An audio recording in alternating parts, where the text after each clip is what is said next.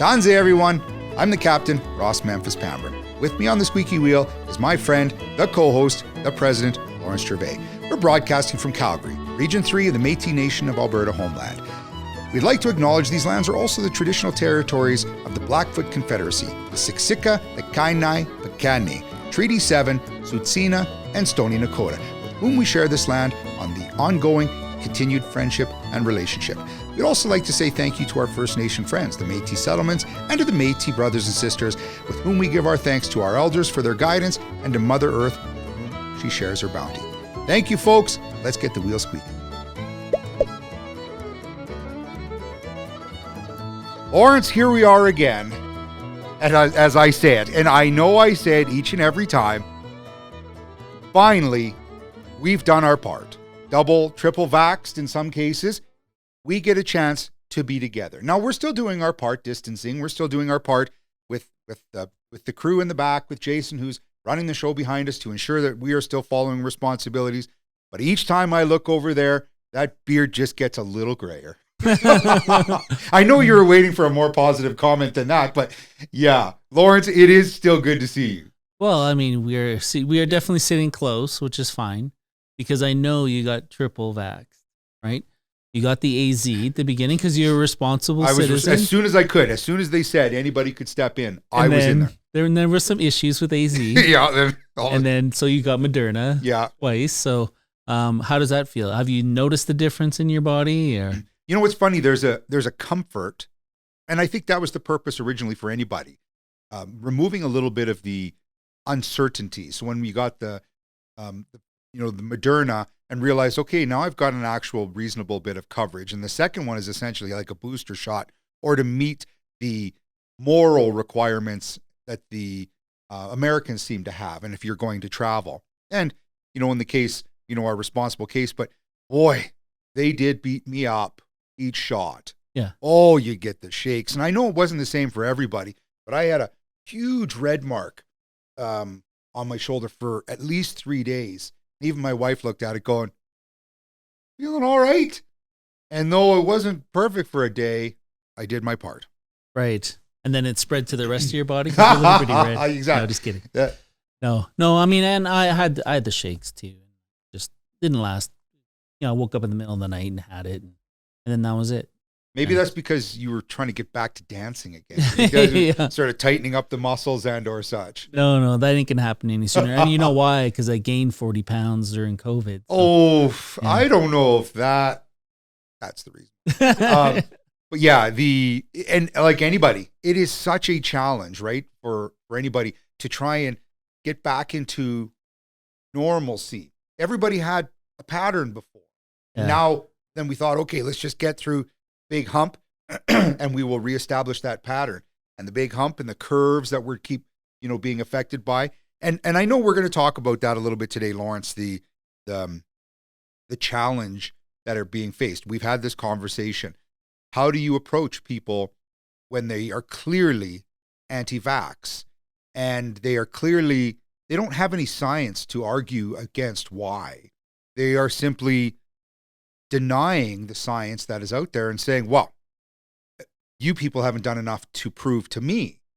Well, I don't know. The hospitals seem like they're only full of generally people who are anti-vaxxed.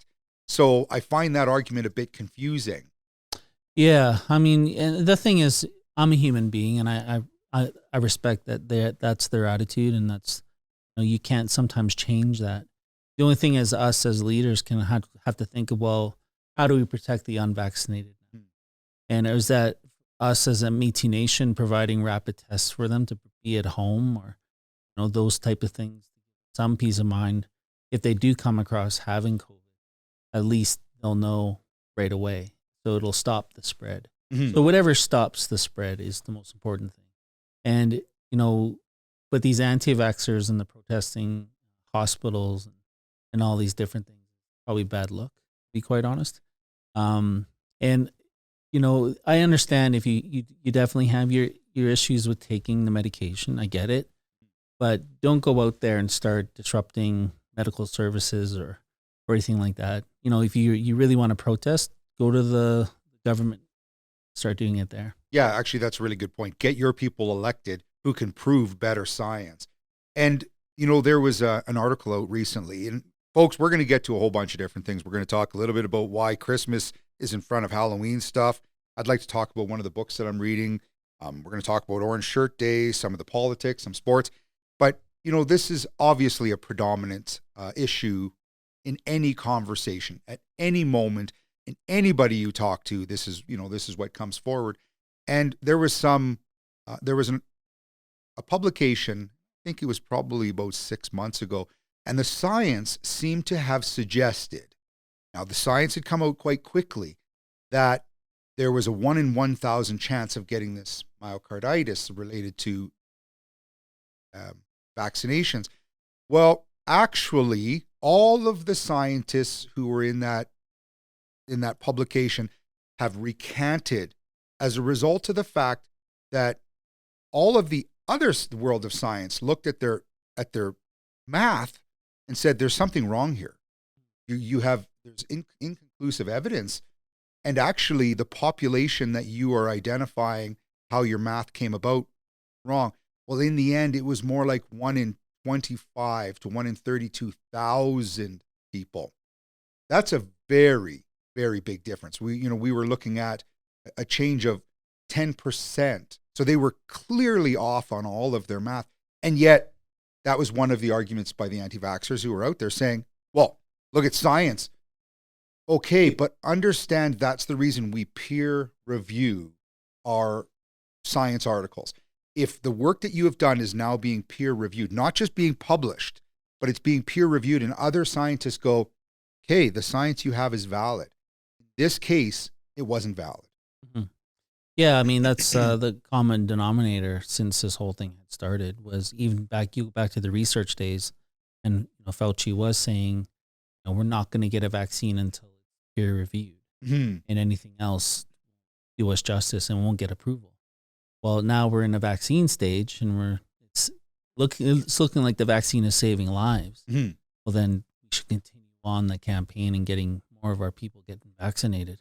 And even Dean Hinshaw so our provincial physician, director of medicine, there wasn't a lot of science out there. But at the time, it's, well, if we don't have as much science, we should try and create separation. Yeah, and you were a nurse, and you probably seen an ICU. Ooh. And you probably know what that experience is like as a patient. But it's probably pretty grim, to be quite honest. That space in the ICU, in the years that I spent there, and in cardiology, you were in a pretty bad spot, right? It was either post-surgical, post-trauma, or you had some severe respiratory issue that put you into the ICU. And it was not to say the last ditch effort to try and help protect you, by no means. It was but it required very specific management and care. So now if all of a sudden you're overwhelming it with people who you read about it every day, and every day there's an article where somebody generally, and this is how the media fearmongers and captures, but it's somebody who is an anti-vaxxer going, oh, I'm going to die or I am dying, or I am dying today essentially, and I should have gotten my vaccine. Folks, nobody wants to be in that position. And the same in the healthcare. Nobody wants to be there these people are on the side of this deathbed going, boy, I wish I'd made a different decision. Yeah. Yeah.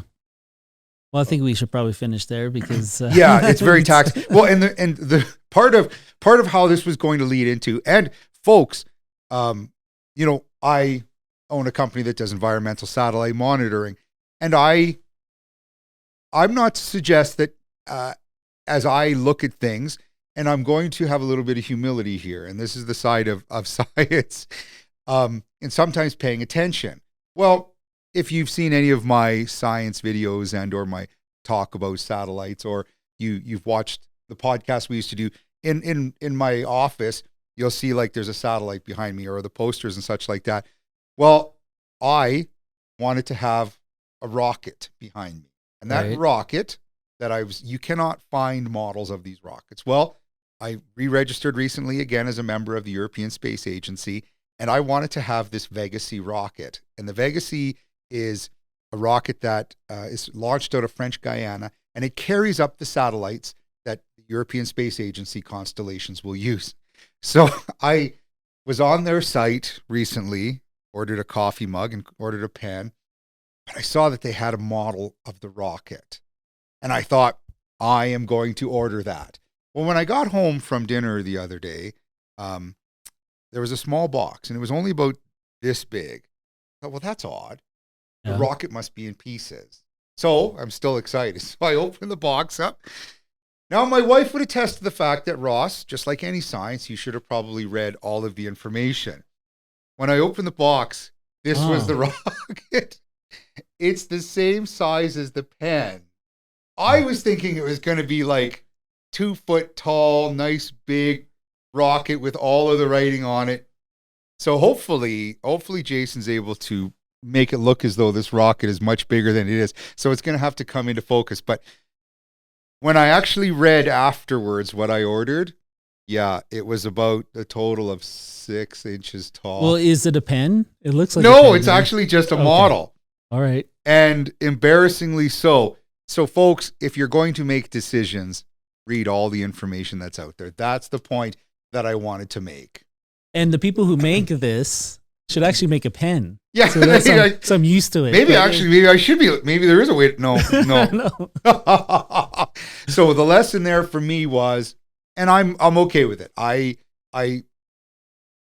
jumped the gun, ordered the rocket, and this is what had shown up. So folks, when you do watch us, and if I have to shoot from home or when I do my information education, this will be the little rocket you're going to see on the shelf behind me. It'll also be maybe you'll be on it one day. That'd be great. So Orange Shirt Day is coming up, Lawrence.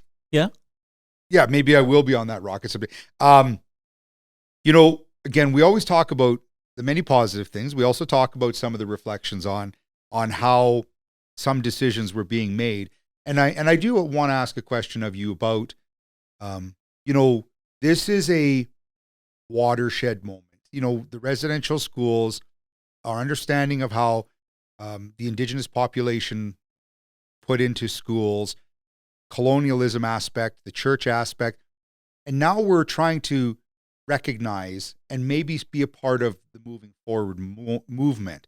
And these T-shirts and the orange that stands for all the children and for anybody who was affected, Hudson's Bay is also selling T-shirts. Right. So how do we open the dialogue up? Well, you should have a primary purchase from Orange Shirt Society. That should be number one. Okay. And then all these other suppliers should be a secondary thing, So, Phyllis Webstad, who's still involved with the Orange Shirt Society, is the one we get this story from about Orange Shirt. But definitely contribute to the community and see where the money's going. Once you purchase an Orange Shirt, see where the charity that they're supporting.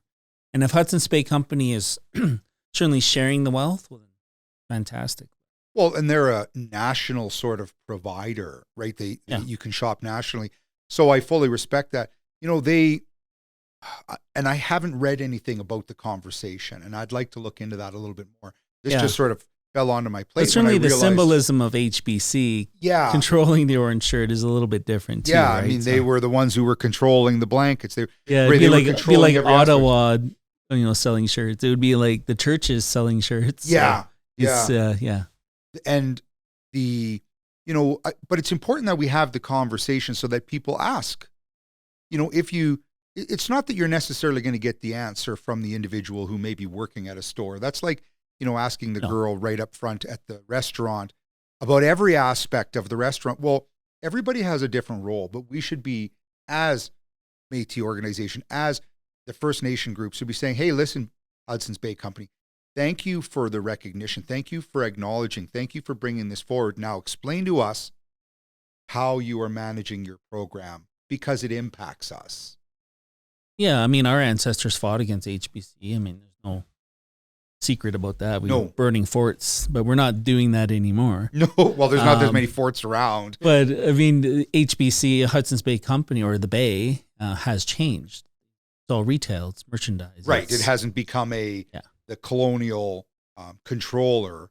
What they should do is dedicate a website, tell the story of Phyllis, tell the story about the survivors, and talk about where this money is going. That would be a better campaign. That's a fabulous idea. Yeah. And again, folks, this is part of the reason of the Squeaky Wheel, is that for us is to try and connect you with some of these questions we don't always necessarily have answered. Yeah. Maybe we should be reaching out to find out from somebody from the Hudson's Bay Company, and we should be having, I think you do a fantastic job of connecting with the community and creating awareness of who are leading a lot of these campaigns. I think it'd be great to talk to Phyllis and get more awareness. Parks Canada, we purchased these Hudson's Bay Company blankets, and we got people to cut them up and design. Yes, next week you're going to see me wearing my capote. A, because it's starting to get colder, but B, I've got to start wearing it on the show a little more regularly.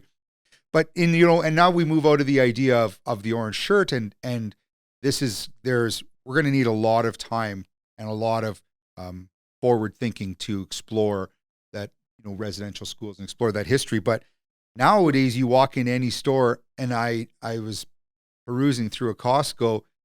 You would almost have to reach over top of Christmas items to get to Halloween items. Right. Like I'm sure right away we're going to have to reach over Easter to get over Christmas just to get to Halloween stuff. I mean, now I get it, the supply chain. Maybe there was so much Christmas stuff waiting there. They're like, we don't know how the supply chain is going to work. The truckers, are we going to have the ability to move through rail? Is it going to come over on the boats? Maybe get it out there as soon as possible. But my suggestion is maybe we should combine Christmas and Halloween. Yeah. Well, I'm not a fan of Halloween myself. But I don't dress up. No, me neither. Yeah. No.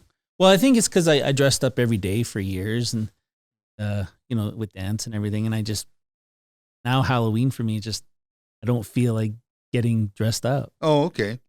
But I mean, it's great for the kids, obviously. And certainly bringing them around the neighborhood to get their candy, but usually they can only eat maybe a quarter of it, and then the wife hides it. Yeah, that's right. So, yeah. But no, it is pretty exciting for them, but I'm always fascinated with, new things that are coming out during Halloween, because the Halloween movie is back with Jamie Lee Curtis. I can't watch scary stuff. And I think that's great. Mike Myers, and they're recreating the whole thing from when I was a kid, right? So they're redoing that franchise. Yeah. Oh, interesting. I wasn't aware of that. They got a new Halloween movie.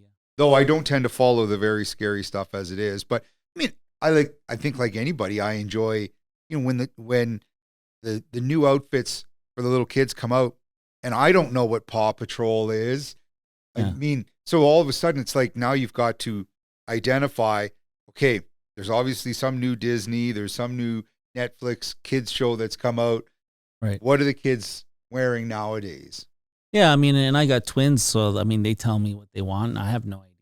They watch it on either YouTube or on TV, right? But so, I mean, it's just hot marketing, right?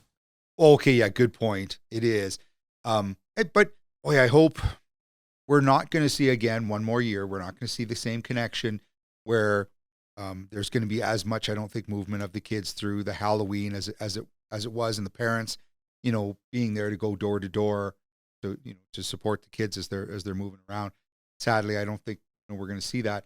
You look at all of the sports groups out there, and they're all trying to figure out, how are we going to manage fans? How are we going to manage vaccinated, unvaccinated? How are we going to create a sense of protection? Oktoberfest in Germany missed a second year. They're trying still they're in the same boat. And that's, I think, is a regular conversation, is everybody in the world is in the same boat. Everybody's trying to figure out how to get back to that sense of normalcy. And some countries are just turning a blind eye. Yeah. I even think, our vaccinated people certainly are a little more free this year. And that's what's affecting the unvaccinated. That seems to be what's affecting the whole system. Not blaming both sides because they're a thing, but when the premier talks about, I don't want to punish the vaccinated people. It's like, well, yeah, but we're the conscious ones. We went out and Mhm. got the vaccine. You're not punishing us by putting a lockdown to save people's lives. Well, true, but then everybody's getting locked back up. Yeah. And that's, I think, was the aspect. If maybe we wouldn't be in this boat if more people had got vaccinated. I like to Yeah. think, based on the science, that would prove it. St. Albert. Oh, yes. So, yeah, they did the flag raising. Yeah. And now they have a Métis flag that's a permanent fixture. We're thinking about that here in southern Alberta with some of the municipalities of this is the clear direction for reconciliation and what they Mhm. want to do. Certainly Calgary raised the Treaty 7 flag. Métis flag is not permanent there. But, maybe things will change in the future. We know Airdrie, possibly Cochrane might be looking at that. So we're going to try to approach them as much as we can to get projects kind of stirring in their minds Mhm. and putting them not so much in front of their city hall, but putting them in locations that have a natural setting around the city, some type of plaque or placards or whatever to acknowledge First Nations and me, at least along there. Well, and that, becomes part of it becomes conversation. When the same reason anybody ever put up a plaque or identifier of an individual or a region is because when people come across it, they go, hey, I should learn something about this. There's a reason why it's here. And it becomes part of the focus. The idea of the Truth and Reconciliation Day on September 30th, I've had a number of people say to me, I don't understand why it's just a day off, lack of a better term, a day off. The kids aren't in school. Perhaps this is a day that should be focused in school to having conversation rather than their 8-year-old, their 9-year-old kids just going to come home and go, I guess I get the day off. Yeah, what it should be like a Remembrance Day. Mm-hmm. So, you have your Remembrance Day ceremony in school, then the next day you get your holiday. Mm-hmm. Kind of should coincide like that. That should coincide. You're right. Because otherwise, even these people, these family groups are saying, I'm happy to learn more. Yeah. But all you're doing is somebody's just going to give them the day off of work, or if that ends up being how each of these businesses manages it, much less each province. Right. There's still that question amongst every province of how are they going to do it. But it's a reasonable suggestion like you're making. How are we learning more?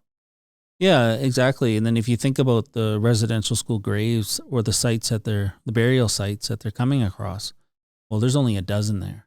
Yeah. So, and they're probably at about 6,000, but they're going to go right across Canada and do more and more and more and the truth is starting to come out, and how we as Canadians react to that truth and, present it to the next generation so they understand it, that this is stuff that happened in the past. It's not going to happen in the future. Right. But we have to learn from this history. We can't just bury it and say goodbye to it. Actually, that's very important. Statement you made of it's not going to happen in the future. I've known a number of people who have said to me, their young children have been taught residential schools. It's a terrible place. The next day they're going to school and their children are like, am I going to a residential school? Like, they're terrified. Absolutely. They're not presenting the awareness. We're going to talk about history, and I'm going to explain what history is so we understand what we're teaching is awareness. And we're not going to allow these bad things to happen in the future. That's why we talk about it now. So, these are all part of the steps. And Orange Shirt Day for me is always a symbolism of that first step in anyone's story. It's not the full story of Phyllis, but it was just her experience on day one. Mm-hmm. Is that, I was wearing an orange shirt, a brand new one, and it was taken from me. Mm-hmm. Right. And that was the beginning of her journey into telling people. And I'm sure that experience is not related to all First Nation people, obviously, and their experiences, but it starts the conversation. Yes. And, for a child like my 5-year-olds, I was explaining to the little girl yesterday and kind of explaining what had happened to Phyllis, but I didn't get into anything else because I do know everything else. Yeah.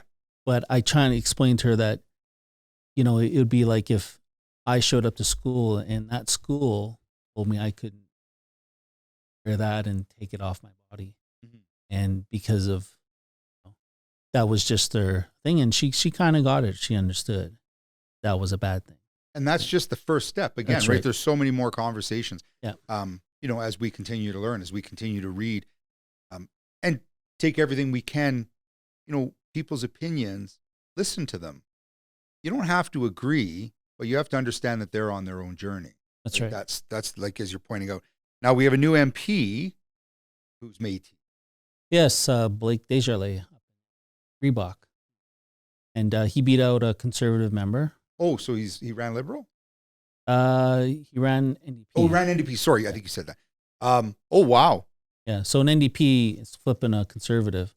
Usually it's a Liberal that can kind of push themselves in. Yeah, push themselves in. But no, it was an NDP member, and I guess he did a lot of groundwork and what I've read, and did door to door, and kind of knew the community already, obviously. And he was a settlement member. Worked for the Métis Settlement General Council, and we kind of know Blake just from passing by. Sure. But we congratulate him. That's a big thing for him to do, and he has a lot of shoes to fill. I'll say. Though they only have to fill them so long before they get a pension, but I haven't figured that part out. Yeah. I do get the politics behind the time that they've taken away from life, but boy, you see some people who step into a term for 6 months and go, this really isn't working for me. And next thing you know, we're paying them severance to leave. Yeah. Never understood that part. The Blue Jays. Oh, yes. Folks, by the time this gets punched out here in the next few days, we're going to know I think we're going to have a pretty good idea whether or not we're going to the wild card playing the Yankees. Well, like I said last time, it's going to be the New York and Jays series. Jays series, yeah. That's going to decide all this. Yeah. So I was right. It's been fun. It's been a lead up, every aspect of it till now. Well, now I'm watching Red Sox and the Yankees too, right? So and Joe West. Yeah. Oh, that poor guy. That poor guy has been calling baseball games forever. It's his last week of work too, right? Possibly so. Oh, I think it has to be. Yeah. For though he has that tenure, those were some bad calls. Yeah. Bad calls that have affected outcomes of games. Now, it affected the outcome of games of $1 billion worth of players and industry. Maybe we shouldn't be so upset. But again, all of a sudden you cheer on your team and you want to see the most appropriate calls. Well, I wish these catchers could squeeze the glove just a little bit harder, It's just the Yankee one. He's that the most transition pass play, balls. yeah. But There's yeah, a few there. Yeah. Lawrence, I think we hit on a lot of things. I know folks that, and we appreciate when you join us. Follow us, look us up, The Squeaky Wheel, thesqueakywheel.ca. Make sure you email us, tsw@métis3.org. Thank you for joining us. We get subscribers all the time. Make sure you click that little red box. You can find us on Facebook. Jason's done a fabulous job of ensuring that our information gets up there. These folks, I know that these are tough conversations sometimes. And I'd love for everything to just be fun. Folks, that I guess is what Disneyland is for. We're here to still have conversation. It is from a Métis perspective. It's from Lawrence and Ross's perspective. This isn't always, we're definitely not speaking on behalf of everybody, but we want everybody to be in the conversation. So when you send us your emails or when you connect with us, when you have coffee or offer to have coffee with us and do business with the Métis community, it is very important. You want to find out and see more of this behind me, look me up, memphisgroup.ca. Thank you for supporting local artists. Thank you for supporting Métis artists. Thank you to Lawrence for putting us together so we have the time to be here. Our Métis community is strong, folks. We get stronger by the more people who join, more people who listen. And thank you to all of our First Nations friends who listen. Thank you to everybody who joins into the conversation. This is an important time. So signing off, Southern Alberta in the Calgary Treaty 7 region, Métis homeland, you got President Lawrence Gervais and you got Ross Memphis Pambrick. Keep the wheel squeaking, folks. Thank you.